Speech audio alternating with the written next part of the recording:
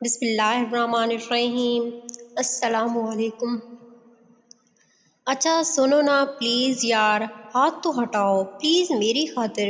مدیحہ پلنگ پر بیٹھی ہوئی تھی، وہ شرماتے ہوئے بولی نہیں یار پلیز کیمرے کو بند کرو۔ اسد بولا جاؤ رہنے دو یار، تمہیں بھروسہ ہی نہیں مجھ پر۔ مدیحہ پلیز ناراض مت ہو، بھروسہ نہیں ہو تو میں ادھر تمہارے ساتھ ہوتی۔ اسد تو پھر ہٹاؤ نا ہاتھ، صرف اپنے لیے ریکارڈ کر رہا ہوں نا، پلیز میری جان تمہیں میری قسم۔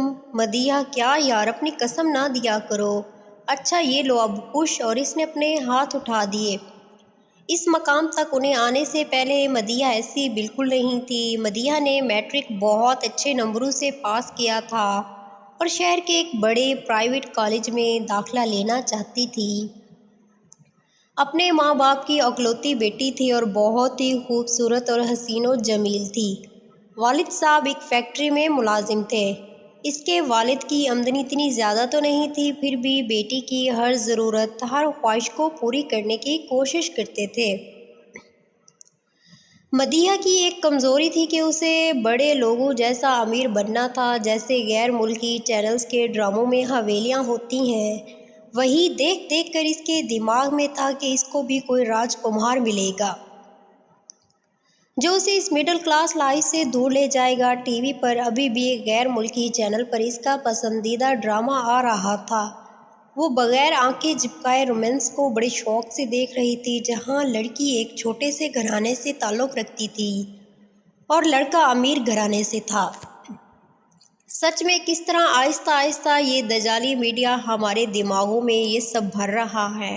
ایک دن مدیحہ کی مما اسے کسی کام کے لیے بلا رہی تھی تو اس نے کہا مما ڈرامے کا بالکل اینڈ ہو گیا، میں بھی کم کر دیتی ہوں۔ مما ابھی اسے ڈانٹ ہی رہی تھی کہ اتنے میں دروازے کی گھنٹی بجی۔ مدیحہ نے جا کر دروازہ کھولا تو باپ سامنے کھڑا تھا۔ سلام کرتے ہوئے وہ ان کے سینے سے لپٹ گئی۔ اسے پتا تھا کہ اب اس کا راج شروع ہوا تھا، کیونکہ مما بابا کے سامنے اسے ڈانٹ نہیں سکتی تھی۔ بس اتنا ہی کہتی تھی فاخر صاحب آپ نے ہی اسے بگاڑا ہوا ہے، اتنا لاڈ بھی ٹھیک نہیں ہے۔ فاخر صاحب ہنستے ہوئے آپ کو بھی تو ہم نے ہی بگاڑا ہوا ہے۔ مدیحہ زور سے ہنسنے لگی۔ مدیحہ کی مما روزانہ اسے کہتی بیٹا ڈراموں فلموں کی زندگی سے نکل جاؤ، یہ کچھ بھی نہیں ہے، لیکن مدیحہ اپنی ماں کی بات کو ایک کان سے سنتی اور دوسرے کان سے نکال دیتی۔ وقت گزرتا رہا اور مدیحہ نے ٹھان لی تھی کہ وہ شہر کے بڑے کالج میں داخلہ لے لے گی۔ اس کے والدین نے بہت سمجھایا مگر اس نے کسی کی نہ سنی اور اپنی بات منوا کر ہی رہی۔ آج کالج میں پہلا دن تھا۔ وہ عبایا پہنے کالج میں داخل ہوئی تو اسے ہر کوئی گھور رہا تھا، جیسے کوئی خلائی مخلوق آ گئی ہو۔ سب کی نظریں اسے ہی گھور رہی تھی۔ وہ بھی سمجھ چکی تھی کہ اتنے ماڈرن ماحول میں وہ سب اس کے عبایا کو بہت معیوب سمجھ رہے تھے۔ کلاس میں داخل ہو کر وہ ایک بینچ پر بیٹھ گئی۔ اس کے برابر میں ایک لڑکی آ کر بیٹھی جو مسلسل چینگم چباتے ہوئے اپنا منہ چلا رہی تھی۔ مدیحہ کو ایسا لگا کہ بھینس منہ ہلا رہی ہے، مگر وہ چینگم چباتے ہوئے خود کو فلمی ہیروئن سمجھ رہی تھی۔ اس لڑکی نے پینٹ اور ٹی شرٹ پہنی ہوئی تھی اور اس کا نام ملالہ تھا۔ وہ ایک رائس باپ کی بیٹی تھی۔ اس نے بیٹھتے ہوئے مدیحہ کی طرف دیکھا۔ Excuse me, new admission? Madiha ہاں آج پہلا دن ہے۔ ویسے آئی ایم مدیحہ۔ ملالہ نے ہاتھ مدیحہ کی طرف بڑھا دیے اور وہ دونوں سہیلیاں بن گئی۔ اب ملالہ مدیحہ کو اچھی لگنے لگی، جو تھوڑی دیر پہلے اسے دل ہی دل میں بھینس لگ رہی تھی۔ خیر دن گزرتے گئے اور مدیحہ بھی پینٹ شرٹ پہن کر آنے لگی، اوپر سے ایک عبایا پہن کر نکلتی اور کالج پہنچتے ہی اسے بیگ میں ڈال دیتی۔ فرسٹ ایئر ایسے ہی گزر گیا۔ اب ان کا سیکنڈ ایئر شروع ہونے کو تھا۔ ان کی کلاس میں اس دفعہ نئے لڑکے لڑکیوں نے ایڈمیشن لیے۔ انہیں میں ایک تھا اسد، لمبے سلکی بال، اچھی جسامت، وہ بھوری آنکھیں۔ وہ اکثر اپنی بائک پر کالج آیا کرتا تھا۔ وہ ایک رائس گھرانے سے تعلق رکھتا تھا۔ مدیحہ کو لگا جیسے اسد کی شکل میں اس کے خواب پورے ہو سکتے ہیں۔ وہ اس سے بات کرنے کا بہانہ بھی ڈھونڈتی رہتی اور آہستہ آہستہ دونوں میں قربتیں بڑھنے لگی۔ پھر وہ وقت آیا جہاں سے کہانی شروع کی تھی۔ مدیحہ اسد کے تمام گھر والوں کو جانتی تھی۔ اسد بھی اس نے گہری دلچسپی رکھتا تھا، مگر جب بھی مدیحہ اسے رشتے کا پوچھتی تو وہ یہی کہہ کر ٹال دیتا کہ یار انجوائے کرو، ابھی تو اسٹڈیز ہو رہی ہیں، بڑے بھائی جمال کی شادی ہوگی، پھر میری باری آئے گی۔ وہ اکثر ملنے لگتے تھے۔ اسد کے پاس اس کی کافی ویڈیوز تھی۔ مدیحہ اکثر اسد سے کہتی کہ یار تم ان کو ڈیلیٹ کیوں نہیں کر دیتی، اور اسد یہ کہہ کر ٹال دیتا کہ ہاں یار کر دوں گا، ویسے بھی یہ صرف میرے پاس ہی ہیں۔ اور پھر ایک دن اسد گھر سے رات کو رائڈ کرنے نکلا تو 2 ڈکیت گن پوائنٹ پر اس کا موبائل اور پرس دونوں چھین کر لے گئے۔ اگلی صبح جب مدیحہ کالج کے لیے نکلی تو نقاب میں اور عبایا پہن کر نکلی تھی۔ کالج کے دروازے پر پہنچ کر جیسے اس نے عبایا اتارا اور اندر داخل ہوئی، تمام لڑکے اسے دیکھ دیکھ کر ہنس رہے تھے اور مدیحہ کا مذاق اڑا رہے تھے۔ مدیحہ ہاتھ تو ہٹاؤ نا، نہیں اسد رہنے دو، وغیرہ وغیرہ۔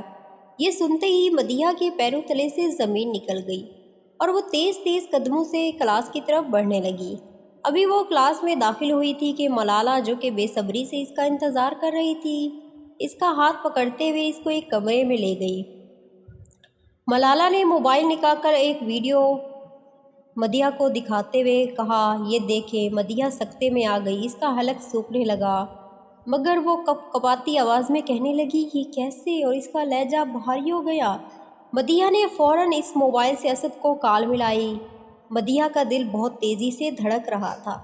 دوسری طرف سے اسد کا نمبر مسلسل بند جا رہا تھا۔ وہ گھبراتے ہوئے لہجے میں ملالہ کی طرف دیکھنے لگی۔ یار اب کیا کروں میں؟ ملالہ نے اسے مشورہ دی کہ فوراً گھر جاؤ اور گھر پر سنبھالنے کی کوشش کرو۔ مدیحہ جیسے ہی گھر کے قریب پہنچی تو گلی کے کونے سے ہی اسے اپنے گھر کے پاس بہت زیادہ بھیڑ نظر آئی۔ وہ کپ کپاتی ہوئی ٹانگوں کے ساتھ گھر کے طرف بڑھنے لگی۔ اس کے دل میں عجیب عجیب خیالات آ رہے تھے۔ وہ آنے والے وقت کا سوچ سوچ کر اس کا جسم کانپ رہا تھا کہ کیا منہ دکھاؤں گی بابا کو، لگتا ہے سب کو پتہ چل گیا۔ اتنے لوگ گھر کے باہر کیا کر رہے ہیں، مختلف سوالات اس کے دماغ میں آگ بھر رہے تھے۔ 2-3 میڈیا والے بھی سامنے کھڑے تھے۔ وہ بھیڑ کو چیرتے ہوئے اندر داخل ہوئی اور سامنے کا منظر دیکھ کر اس کا دماغ چکرانے لگا اور ایک زوردار چیخ کے ساتھ وہ بے ہوش ہو چکی تھی، اور تقریباً 2 گھنٹے بعد آہستہ آہستہ ہوش آنے لگا۔ آنکھیں ابھی بھی بند ہی تھیں مگر کانوں میں لوگوں کی آوازیں آ رہی تھیں۔ کیا لڑکی ہے، ماں باپ کو کھا گئی، بے شرم، بد چلن، بےہودہ لڑکی۔ اس کی آنکھیں آہستہ آہستہ کھلی تو امی اور بابا سامنے سفید کفن میں لپٹے فرش پر بے جان پڑے تھے۔ ان دونوں نے خود کو پھندا لگا کر خودکشی کر لی تھی۔ جب مدیحہ کو ہوش آیا تو ایک کیمرہ مین اور رپورٹر اس کی طرف بڑھنے لگے۔ جی تو ناظرین، اس لڑکی کو ہوش آ چکا ہے جس کی برہنہ ویڈیو کی وجہ سے اس کے والدین نے خودکشی کر لی۔ تو کیسا لگ رہا ہے آپ کو؟ رپورٹر کے اس سوال پر اس کا دل چاہا کہ وہ زمین پھٹ جائے اور اس میں دھنس جائے، مگر اب پانی سر سے گزر چکا تھا۔ وہ بت بنی 2 دن تک وہیں گمسم بیٹھی رہی جیسے پتھر کی بن گئی ہو۔ اس کے بعد تمام محلے والوں اور رشتہ داروں نے اس سے قطع تعلق کر لیا۔